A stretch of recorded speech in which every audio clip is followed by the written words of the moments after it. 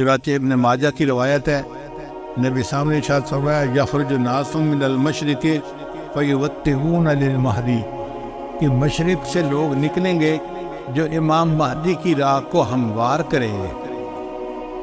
اب سعودی عرب کے مشرق میں تو ہمارا ملک بنتا ہے، اس کا مطلب یہ کہ جس کو ہم وادی سندھ کہتے تھے نا پرانا، وہاں سے لوگ اٹھیں گے۔ یہ پاکستان اور افغانستان کے درمیان کا ایک علاقہ بنتا ہے۔ اللہ کی ایمان والوں کو یہاں سے اٹھائیں گے اور پھر وہ امام مہدی کے آنے کی راہ ہموار کریں گے۔ بیت المقدس 3 مرتبہ فتح ہوا۔ ایک مرتبہ عربوں نے فتح کیا حضرت عمر لانو کے زمانے میں بغیر لڑائی کے، کافروں نے چابیاں ہی حوالے کر دی تھی۔ دوسری سطح صرف کردستان کا ایک نوجوان تھا جس کا نام تھا صلاح الدین ایوبی، اس نے صلیبی جنگیں لڑیں اور کافروں سے بیت المقدس کو فتح کروا لیا۔ اب تیسری مرتبہ وہ پھر فتح ہوگا، اور ہمارا یہ گمان ہے کہ اللہ تعالیٰ یہ اعزاز پاکستان کے لوگوں کو عطا فرمائے۔ علامہ اقبال نے بہت خوبصورت شعر کہا ہے فارسی میں، خضر وقت از خلوت دشت حجاز آید برون، خضر وقت سے مراد امام مہدی، خضر وقت از خلوت دشت حجاز آید برون، کاروان زی وادی دور و دراز آید برون، یعنی زی عظیم یہ کارواں جو ہے نا یہ دور دراز سے آئے گا اور حجاز کے اندر آ کر یہ برآمد ہوگا۔ حدیث مبارکہ میں بھی ہے کہ امام مہدی آئیں گے مگر وہ چھپے ہوں گے، اپنے آپ کو چھپائیں گے۔ پہلے مدینہ طیبہ میں ہوں گے مگر وہ وہاں سے مکہ مکرمہ اس لیے آ جائیں گے کہ لوگ مجھے پہچاننا نہیں، چھپ رہے ہوں گے لوگوں سے کہ لوگ مجھے دیکھ نہ لیں، پہچان نہ لیں۔ لیکن جب مکہ مکرمہ میں وہ طواف کر رہے ہوں گے تو وہ حجر اسود کے قریب آئیں گے تو ایک غیب سے آواز آئے گی کہ لوگوں یہ مہدی ہیں تو ان کی بیعت کر لو، تو لوگ ان کے ساتھ بیعت کر لیں گے اور پھر ان کے ساتھ ایک لشکر شروع ہو جائے گا۔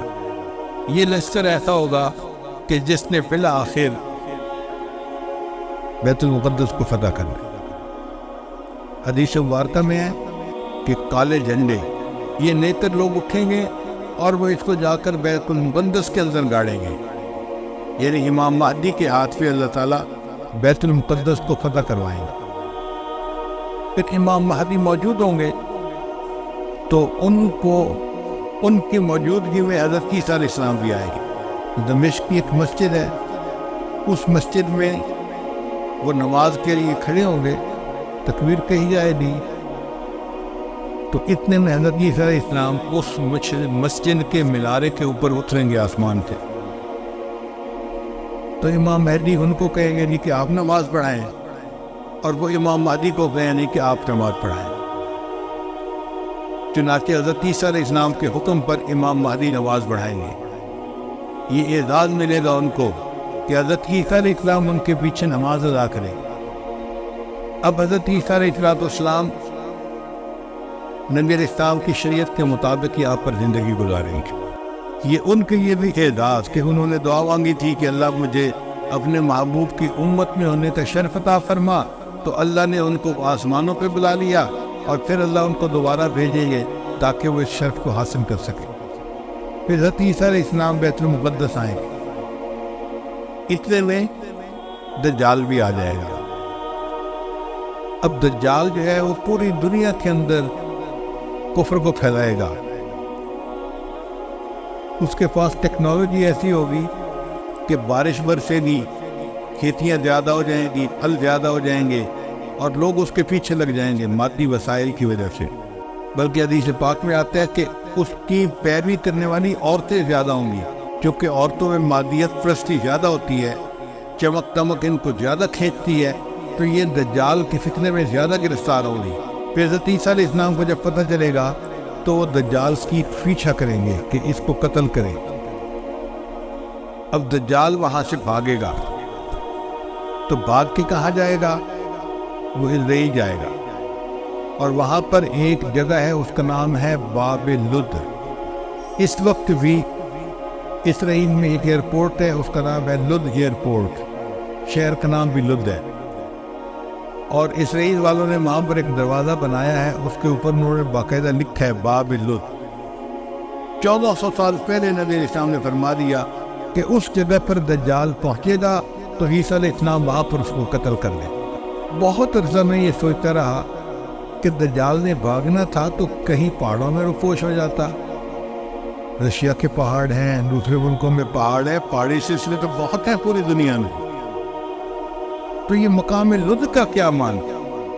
بعد میں بات سمجھ میں آئی کہ لد کا جو ایئرپورٹ ہے نا وہ سپیس پورٹ بھی ہے، یعنی وہاں سے جہاز بھی اڑتے ہیں اور وہاں سے خلائی گاڑیاں بھی اڑ کے خلا میں جاتی ہیں۔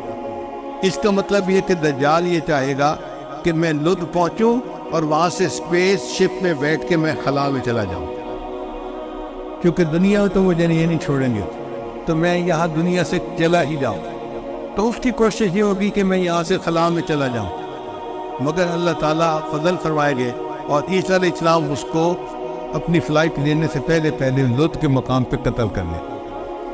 پھر اس کے بعد عیسیٰ علیہ السلام بیت المقدس کے تخت پر بیٹھ کر پوری دنیا کے فیصلے کرے گا۔ پوری دنیا کی حکومت عیسیٰ علیہ السلام کے ہاتھ میں ہوگی۔ پھر عیسیٰ علیہ السلام صلیب کو توڑیں گے اپنے ہاتھوں سے، اور پھر یہود و نصارہ میں جو ان کی مخالفت کرے گا اس کو وہ قتل کریں گے، حتیٰ کہ ایک ایسا وقت آئے گا کہ پوری دنیا میں ایک بھی بندہ غیر مسلم نہیں رہے گا، سارے مسلمان ہو۔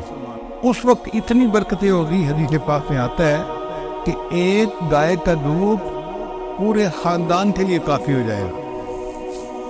اب یہ بات تو سمجھ میں آتی ہے، آج ایسی گائے بن گئی ہیں جو 100 لیٹر دودھ دیتی ہیں ایک دن میں۔ اب 100 لیٹر تو واقعی پورے خاندان کے لیے کافی ہے، 40-50 گھروں کے لیے کافی ہو جاتا۔ یہ باتیں نبی سامنے اس وقت فرمائی جب کہ لوگوں کو اس کا تصور بھی نہیں ہو سکتا تھا۔ میرے آقا صلی اللہ علیہ وسلم کی نگاہ کیسی تھی؟ یہ نگاہ نبوت تھی جو بہت دور دیکھ لیتی تھی، کہ 1400 سال پہلے بیٹھ کر ایسی باتیں تھیں جیسے آج اپنی آنکھ سے دیکھ کے کوئی بندہ باز کر رہا ہوتا۔ پھر عیسیٰ علیہ السلام فوت ہو جائیں گے، اور اس کے بعد جو بگاڑ آئے گا نا وہ پرماننٹ بگاڑ ہوگا، اور اس کے بعد پھر قیامت قائم ہوگی علی شرار الناس، ان لوگوں پر جو سب سے زیادہ شریر لوگ ہوں گے۔ تو ایسے لگتا ہے حالات سے کہ قیامت کے بڑی بڑی نشانیاں پوری ہو گئی، اب امام مہدی کے آنے کا وقت بہت قریب ہے۔ یہ جو حالات میں اتنی بڑی تبدیلی نظر آ رہی ہے نا، یہ کسی چیز کا پیش خیمہ ہے۔